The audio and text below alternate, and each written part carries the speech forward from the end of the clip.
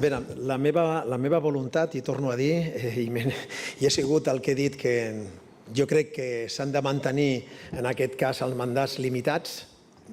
Per mi, limitats 2+1 o 3 és limitar els mandats, i en aquest cas la meva voluntat és fer efectiu aquest mandat. Això sí que em preocupa, que puguem fer com hem fet a l'anterior efectiu, i jo crec que quan arribi a l'últim any dependrà de moltes circumstàncies, moltes, personals, també de la pròpia entitat i en aquest cas també de les circumstàncies exògenes, com deia anteriorment, que ens hi trobem. Per tant, en aquell moment. El que sí que n'hi ha la possibilitat és que n'hi hagi un tercer mandat. Actualment no el contemplo, perquè aquest és un tema que se tindria que haver pogut tractar en l'àmbit del diàleg social i de la negociació col·lectiva. El fet que no n'hi hagi hagut el representant que hagi treballat en aquest diàleg per poder portar aquest debat endavant, per nosaltres ha sigut un fracàs i és un fracàs. En el moment que això s'ha portat en l'àmbit polític i, per tant, en tramitació parlamentària, tenim molta por. I tenim por que quan entra en el Congrés un cavall, en un tràmit parlamentari pot sortir un camell.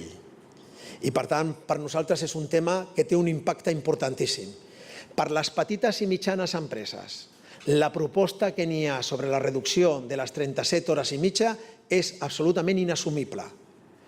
De portar-se a terme la proposició tal com la planteja el govern seria nefast, sobretot per les petites empreses, i sobretot en alguns sectors i d'algunes determinades dimensions d'empresa.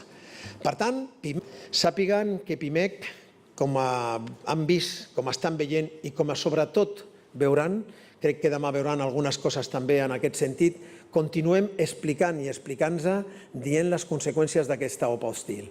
Nosaltres no estem ni en el BBVA ni en el Sabadell, estem en la defensa de les petites i mitjanes empreses i en aquest cas de les persones autònomes.